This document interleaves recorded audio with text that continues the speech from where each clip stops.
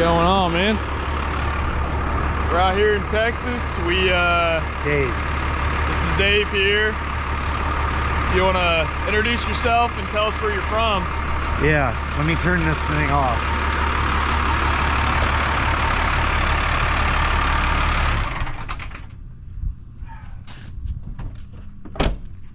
Tehachapi, California. And I came out here to get some parts from Derek. He's got a lot of nice parts. I was able to pick up some things I needed. So now I'm out here, and this is my 93 3500. Last night you swung by the house. It was what, a 21-hour drive? Yeah. And yeah, it took a couple days to get here. You rolled down the window, and what'd you say? Feels like hell in this town. 105 degrees is not pleasant. What else did you say? Keep her tuned. Keep her tuned. Yeah, keep her tuned. I love that. All right, tell us about the truck, man. 93 3500. It's all stock, other than a few modifications I made to try to make the truck live longer without having mechanical problems. Try to keep it mostly stock. Right here we can see the beautiful worn bumper. Changed the front bumper on it to a worn 8274 winch bumper. Yeah, it's beautiful, man. Look how good that fits. Fits it straight up like a glove.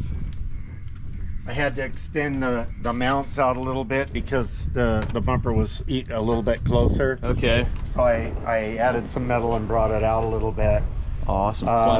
Plenty of room for that winch. Yeah. You don't see very many of these. Yeah, put some, if you get up close, you can see the bugs caught in the screen. Yep. I attached some screens in front of the radiator to keep bugs from hitting the radiator and clogging it all up, bending the fins all up. Yep, you can see the proof is in the example here. This is we haven't sprayed it off since you drove from California. When you're going 60 miles an hour and the bugs hit the radiator, it usually causes a tiny bit of damage. Yep. And plugs it all up. I like that. Looks good. All right. You want to see the engine? Yeah.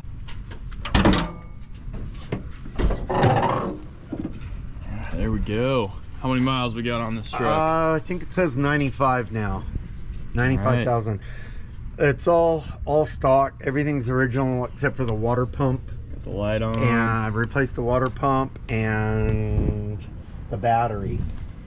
All right. Otherwise, it's all original. There's the original air intake. Looks nice and clean, nice and tidy. Original H1C. We got no cracks in the fan shroud. Looks like you added this mat right here. Yeah. I purchased this little piece of rubber and replaced it.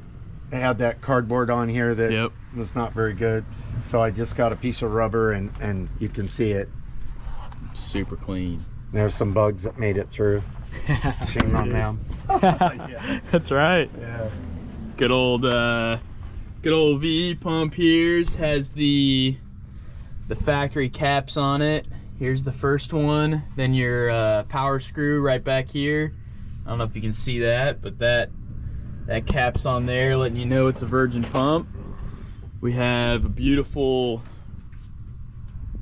Cummins valve cover plate right there.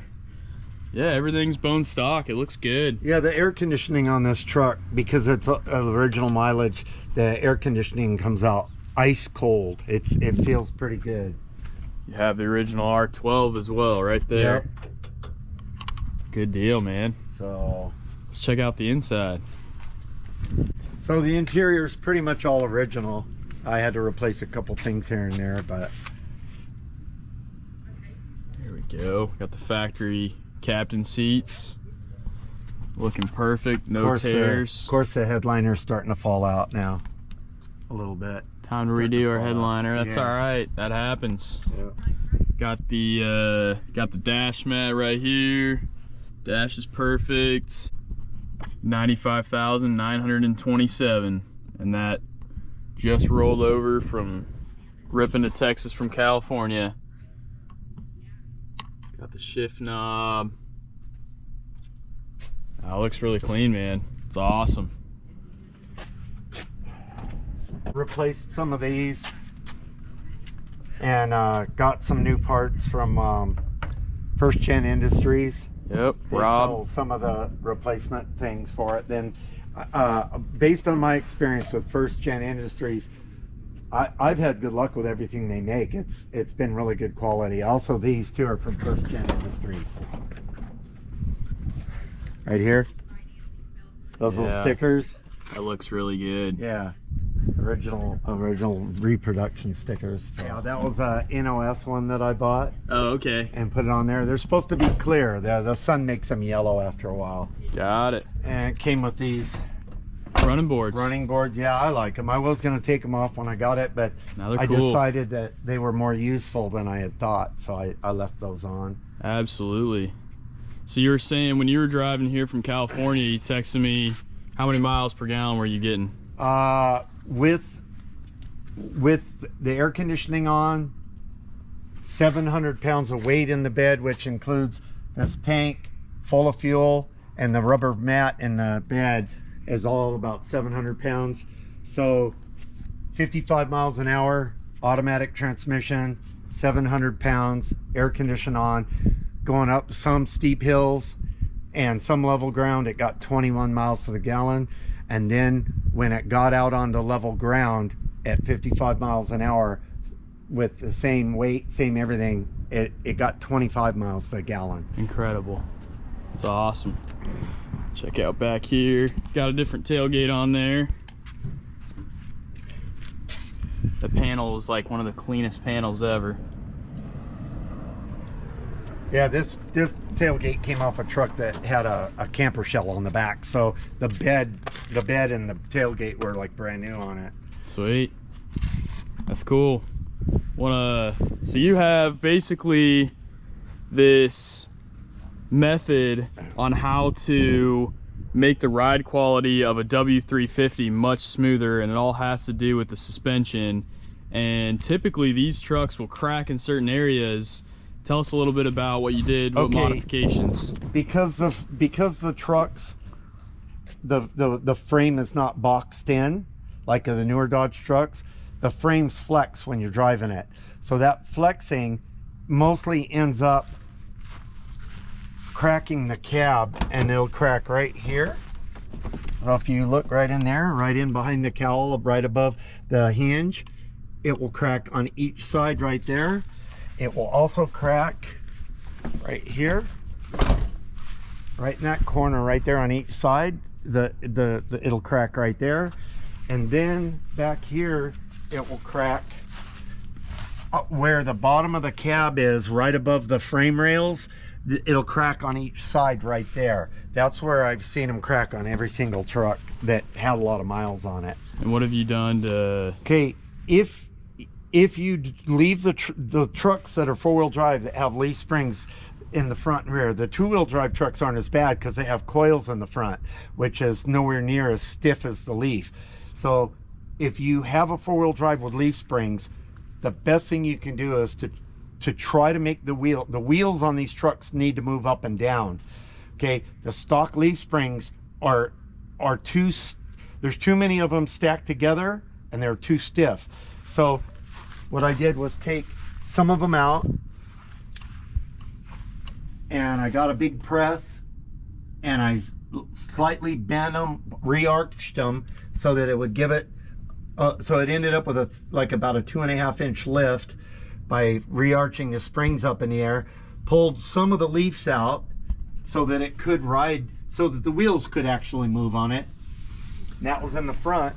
And then in the back, I took 2 leaf spring, had another truck for spare parts, took the leaf spring pack apart and repositioned them, chopped some down, removed the giant overload spring that was underneath there, added this other helper spring that's an original Dodge part right there, and then the truck did already have these airbags. So all 3 of those make up a big difference. So now I've re-arced the springs and I've repositioned some and I took some out. So now if you push up and down on it, you'll see it actually doesn't take very much to get the wheels to move up and down now. Yeah. Pretty soft. It's awesome. Yeah. So if you just leave the springs the way they come from the factory, it's pretty hard on the truck when you drive it. That's really cool. I like that trick. These are also First Gen Industries right here. All these Shout out to Robert. Yeah. With the old First Gen Industries up there in Canada, making some great products. You got the Dodge tow mirrors right there. Yeah. Those are cool. Yeah, those, I like those. They come in pretty handy. They're a little easier to see in when they're flipped around and they're right here, but it's cool. They're good for towing when they're out here. Right on. Got the old cab lights, still looking amazing.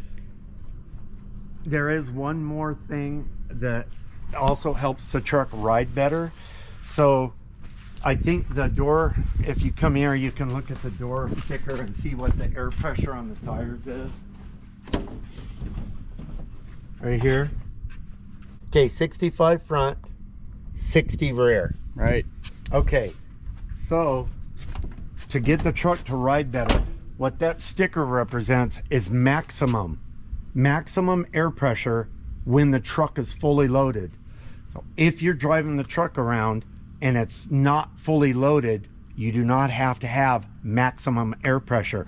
All that does is wear your tires out a little bit crooked down the center, and it also adds for a much rougher ride.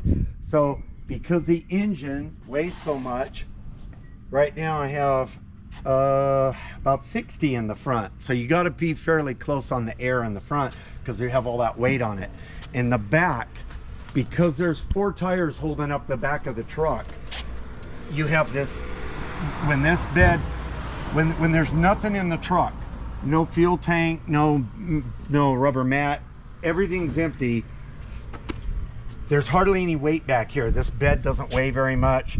So right now I think I have 20 pounds in each back tire. So you have 60 pounds, you have 120 pounds holding up the front, and then you have 4 tires in the back, so that's 20, 40, 80 pounds holding up the back of the truck. And if you look at the tires, they're gonna have the same bulge. These tires at 20 each, because there's 4 of them, have the same bulge and the same amount of tire touching the ground as the front does with 60 in it. Cool. So that way there, you know, you're getting a more even wear pattern on your tires, and you're getting a smoother ride. Gotcha. Tell us a little bit about the history of the automatic transmission, just kind of a brief recap of the automatic transmissions in these trucks. The automatic transmission in these were originally designed probably, I believe, somewhere in the 60s. They were made for the passenger car. This transmission was made for those big block Hemi cars. They had a lot of horsepower and a lot of torque. But the automatic transmissions that Chrysler chose to put in this really aren't designed for a truck like this. So not that they're a bad transmission, it's just not great for the Cummins. The transmission is a wonderful transmission. It's just not, this isn't a good application for it. It was better in the passenger car that Chrysler originally made it for. So when they adapted it into this truck, it doesn't have the right gearing in it to tow heavy weight. Right. Like a semi truck has, 10, 15 gears. This really has only 3 gears that it can tow with. You're not supposed to tow on overdrive. And because the torque converter doesn't lock up on it, if you tow a heavy weight with it, it can get really hot and start to cook the oil. And there's a warning on the visor that tells you, you need to be careful not to overheat the transmission. Oh, and there's also a cooler, oil cooler on the back of it. Driver's side. Keep the oil from overheating. This was a dealer option as well, and it's kind of rare. You don't see them very often. Show everybody, crawl up under here. So here it is. That's that oil cooler he was talking about. It's the dealer option, And explain to us what that does. That, because the torque converter doesn't lock up, it's continually slipping. So what happens is it's creating so much heat in there that when you're going up a hill and you're towing something heavy, the transmission oil just gets hotter and hotter. So Chrysler used that as a patch to try to make this transmission keep itself as cool as they could make it, you know, because of the design of the transmission. So the next generation truck, they switched over to the electronically locking torque converter, which would help a lot. You still have the same gearing in it, which is not wonderful for towing, but at least they're eliminating a lot of that extra heat that was coming out of it. Cool. And you got 354s in this one. Yeah, yeah. Awesome. Most of the trucks I've seen like this usually come with 354s. Sweet. Yeah, overall it's a beautiful truck. How long have you owned it for? I think 6 or 7 years. I got it right when they were just starting to go up in value. And you bought it at 75, 76,000? I think it had 68,000 miles when I got it. Wow, that's beautiful, man. And it came from I think Idaho. Wow. For an Idaho truck, that is like spotless with rust. I mean, drip rail is phenomenal. Rockers, absolutely perfect. Your dually fenders are almost just perfectly immaculate. Yeah, they're usually dinged up and have cracks and stuff in them. They're easy to get bumped. Did you swap out your little license plate lights right here? I did.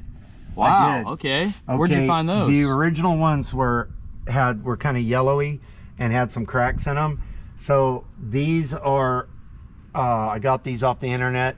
They're pretty easy to get. They're original, newer. They're not identical to the original ones. The original ones stuck out a little further, but these are Chrysler ones, and they pretty much do this exact same thing. Awesome. Yeah, no, it looks great, man. Love how you kept everything pretty much bone stock on this truck, other than a couple tasteful mods. Sweet. Well, should we take her for the old test drive? Sure. Here she is.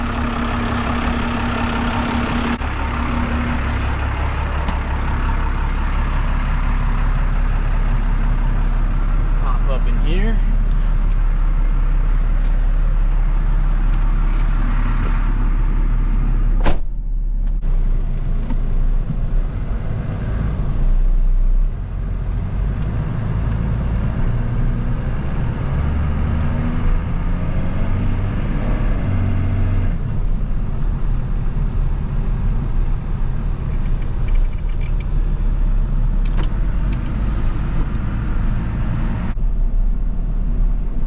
Really quiet in here. Got the R12 blowing ice cold.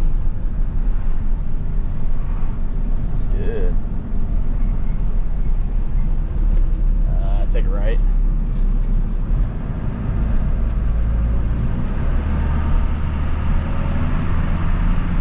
How long you had this dash mat on here for? The whole time I've had it, probably 7 years maybe. Cool.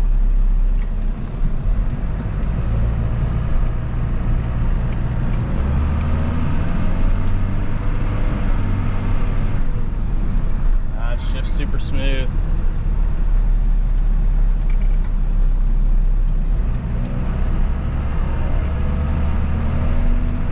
Let's take it right here. See if we can get to the open road, navigate this maze. So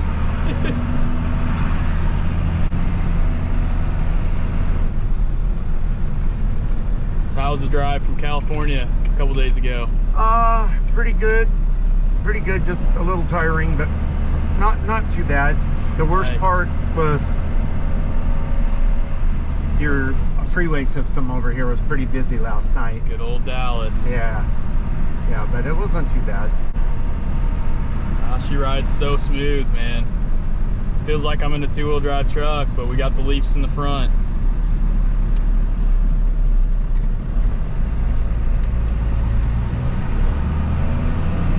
Being all bone stock, she's really quiet.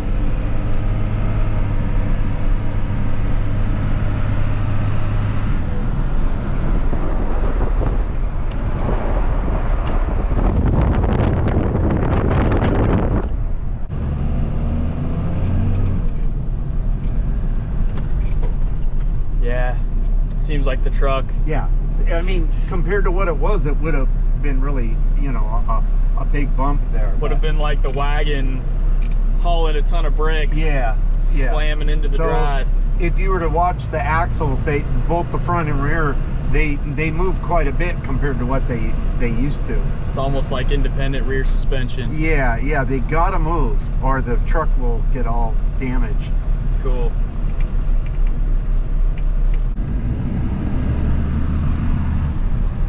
So is there ever a time you throw the mirrors inward, or not really because it's so hard to see?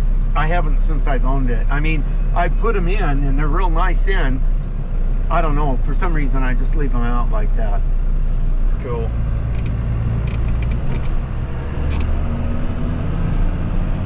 So between the softer springs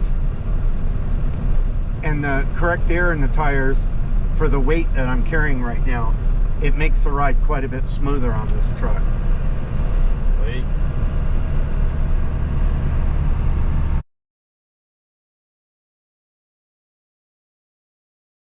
Okay, there we go. Now we can see better to rip back to California. Yeah, I think I can see in it now. All right, well there you have it. There is the 95,000 original miles on the old first gen W350. So I'm gonna wrap this one up. Dave, it was a pleasure meeting you, and Thank you, kind sir. Yes sir, hopefully you enjoy your parts and have a safe drive back to California. All right, I'll do that, and in the meantime, keep her tuned. All right, let's get it. All right, thank you. Later. Okay, Thank you. sounds good. Ice cold air.